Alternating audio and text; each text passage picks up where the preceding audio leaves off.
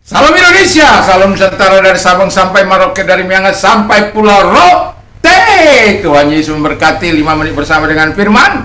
Dan pagi ini saya menyampaikan kebenaran firman Allah.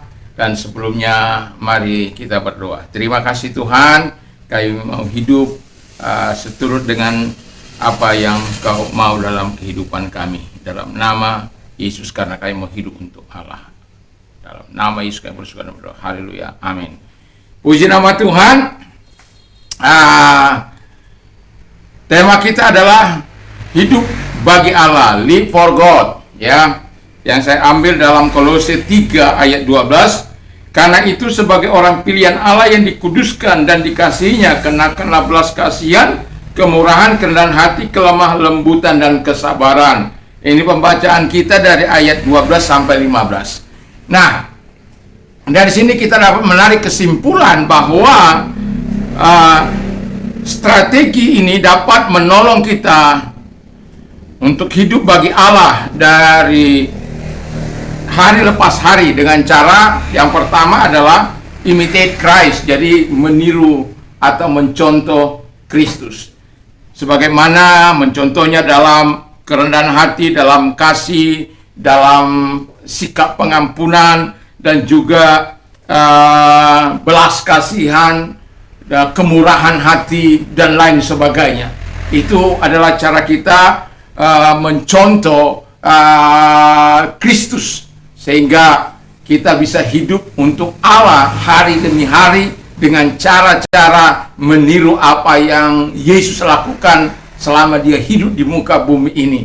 Dan dia telah memberikan teladan yang sempurna. Dia tidak pernah melakukan dosa selama manusia hidup di muka bumi ini. Siapapun dia, nabi kah dia, orang yang terhebat kah dia, siapapun dia, rasul kah dia, pasti pernah melakukan dosa. Tetapi manusia Yesus Kristus yang sekaligus Tuhan, dia tidak pernah melakukan dosa. Itu sebabnya dia layak kita teladani. Yang kedua, kata firman Allah adalah biarkan damai sejahtera Allah memerintah dalam hati kita. Jadi biarkan damai sejahtera Allah. Kita tahu bahwa hati ini penuh dengan pergumulan, penuh dengan perjuangan. Besok saya akan menyampaikan bagaimana hati itu penuh dengan pertentangan di dalam hati manusia. Ya, jadi hati ini karena banyak konflik, ya, sakit hati, dendam, amarah, dan lain sebagainya. Nah, oleh karena itu, damai sejahtera Allah yang melampaui segala akal akan memelihara hati dan pikiranmu dalam Kristus Yesus. Jadi, damai sejahtera Allah memimpin hati kita supaya apa? Kita bisa hidup seturut dengan apa yang Tuhan mau, dan itu sebabnya Tuhan mengatakan kepada kita supaya damai Tuhan itu menyertai kehidupan kita. Yang ketiga adalah memelihara firman Allah di dalam hidupmu dalam setiap waktu. Jadi ada firman yang kau perkatakan, ada firman yang kau hidupi, ada firman yang kau bagikan, ada firman yang kau perkatakan, karena iman timbul dari pendengaran firman Kristus.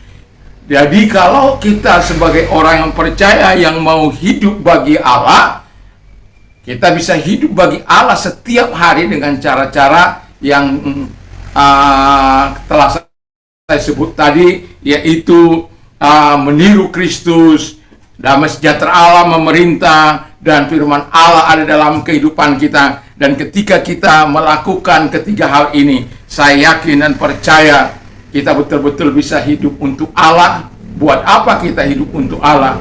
Memberikan kehormatan bagi Dia, memberikan kemuliaan bagi Dia, memberikan kemaksuran bagi Dia, memberikan penyembahan kita bagi Dia, memberikan pujian kita bagi Dia. Jadi kalau orang hidup dengan Allah, tugasnya hanya satu. Sebenarnya, apa itu? Menyenangkan hati Allah melalui ketaatan, melakukan apa yang difirmankan oleh Allah. Itu sebabnya firman Allah itu perlu ada dalam hidup kita, supaya firman itu memelihara hati dan pikiran kita. Karena kita tahu medan laga yang paling diperebutkan oleh setan, hati dan pikiran kita. supaya biar dia memerintah, supaya kita bisa hidup untuk Allah. Biarkan Kristus memerintah, supaya kita bisa hidup untuk Allah. Mari kita tunduk kepada dan kita berdoa.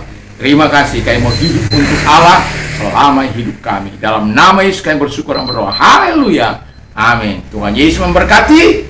Selamat beraktivitas tentunya bersama dengan Tuhan. Mantap!